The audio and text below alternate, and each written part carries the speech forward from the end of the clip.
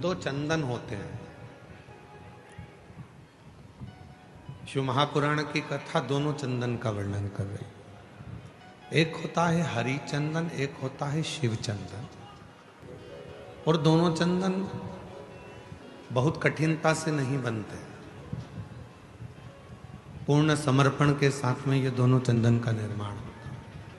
हरि चंदन तुलसी अपने आंगन में रहती है।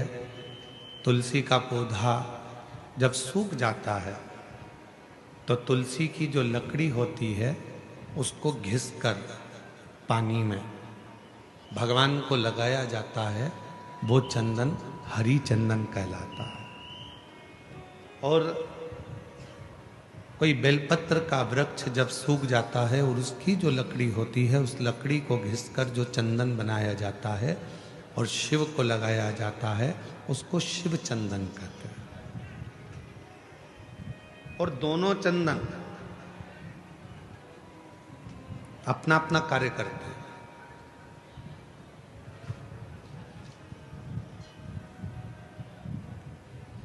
जैसे चंदन लगाते समय 3 उंगली का प्रयोग हम भगवान शिव पर करते हैं।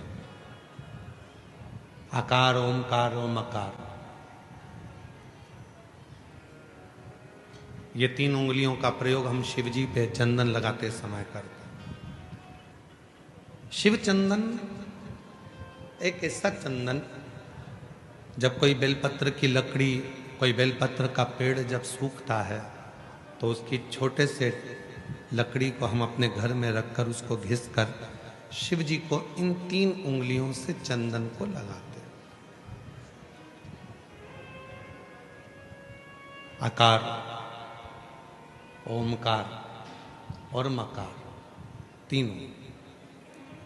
पर इन 3 उंगली को जब हम लगाते हैं और 3 उंगली से जब हम त्रिपुंड बाबा का लगाते हैं तो उसमें जो नीचे की उंगली है मकार, जो नीचे की रेखा है मकार, हम जब चंदन लगा रहे हैं तो नीचे नीचे की जो रेखा है, एक कोई फोटो आया है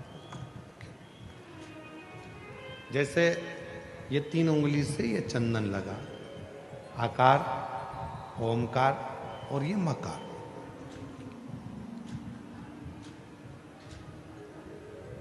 अब दुनिया की दृष्टि में लोगों को लगता है कि चंदन की लकड़ी से जो हमने चंदन लगाया वो भी श्रेष्ठ है, पर बेलपत्र की लकड़ी से जो हम चंदन लगाते हैं, चंदन घिसते हैं और वो भगवान शिव को लगाते हैं, उसमें जो ये मकार वाली रेखा है, जब हम 3 उंगली लगाते हैं तो नीचे की जो मकार की रेखा है उस रेखा का थोड़ा सा चंदन, यदि कितना भी बीमार व्यक्ति है उसके कंठ में अगर वो चंदन, मकार की रेखा का थोड़ा सा चंदन उसके कंठ पर लगाना प्रारंभ कर देते हैं तो 15 दिन में वो पलंग पर से उठकर बैठना प्रारंभ कर देता है, कितना भी बीमार क्यों। आकार, ओमकार और मकार, 3 रेखाएं हम चंदन की खींचते हैं। जैसे इसमें 3 रेखा खींची, 3 रेखा।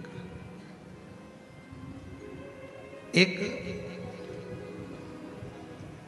हरी चंदन है जो तुलसी की लकड़ी को घिसकर, जब तुलसी सूख जाती है, तुलसी जब सूख जाती है तो उसकी लकड़ी को घिसकर तैयार करा जाता है, उसको हरी चंदन कहते हैं। और वो हरि चंदन भगवान नारायण को, शालिग्राम भगवान को, भगवान नारायण को, भगवान विष्णु को वो हरि चंदन लगाया।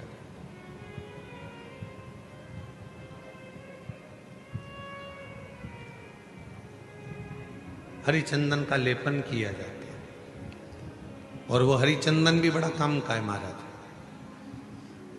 जब शालिग्राम भगवान को हरि चंदन लगाते हैं, हरि चंदन का लेपन करते हैं या एक बिंदी भी हरि चंदन की लगाते हैं, और यदि वो हरि चंदन का एक छोटा सा अंश मात्र भी हम लेकर आए और जिसको दमे की शिकायत होती है, श्वास की शिकायत होती है, चढ़ने में चलते चलते हाँपड़ी भरा जाती है, हाँप भरा जाती है, डॉक्टर ने कह दिया कि फेफड़े 70%, 60%, 80% खराब हो गए हैं, काम नहीं कर रहे, उस व्यक्ति के हृदय पर, वक्ष स्थल पर यदि वो हरि चंदन का लेपन जो शालिग्राम भगवान पर, भगवान श्री हरि पर, राम जी पर, ठाकुर जी पर, कृष्ण पर, लड्डू गोपाल पर जो आपने किया है, उसको यदि हम लगाना चालू करते हैं तो उसको भी फिर चलने में तकलीफ नहीं आती और फेफड़े उसके काम करना प्रारंभ कर देते हैं। वो हरिचंदन की भी एक प्रथा। तो दो चंदन, एक हरिचंदन, एक शिव चंदन। जम के बोलेंगे सभी लोग, हरिचंदन काय से बनता है? तुलसी की लकड़ी से। और शिव चंदन काय से बनता है? बेलपत्र जो सूख जाता है, लकड़ी जो सूख जाती है उसके। दोनों कारगर।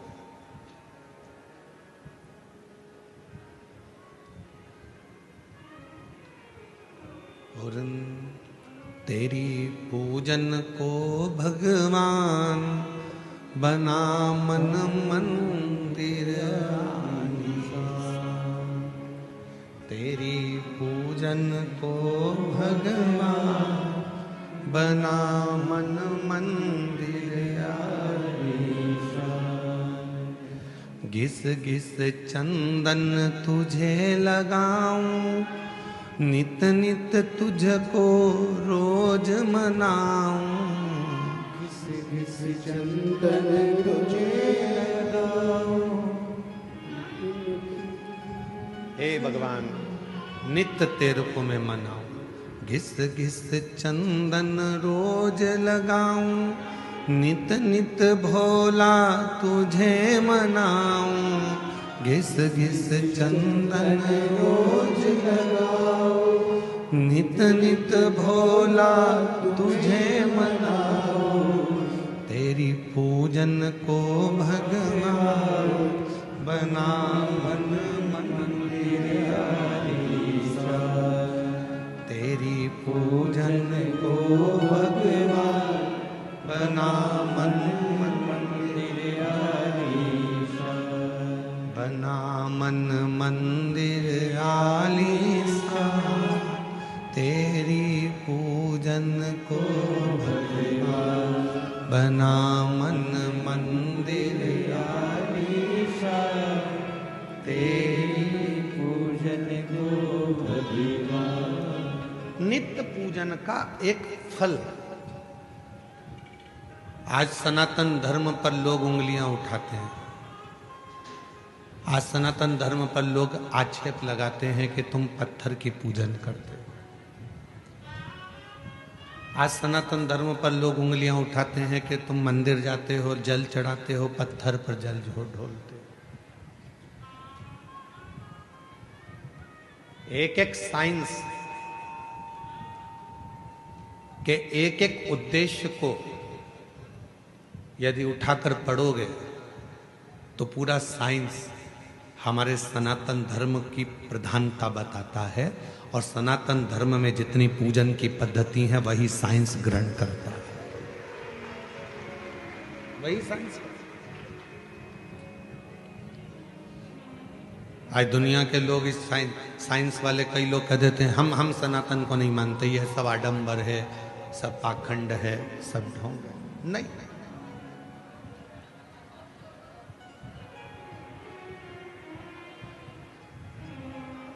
एक समय ऐसा भी आता है, डॉक्टर पूरा इलाज करता है, सारी दवाइयां देता है, सब कुछ करता है, और आखिरी में डॉक्टर भी कह देता है कि मैं पूरी कोशिश कर रहा हूं, अब उसके हाथ में।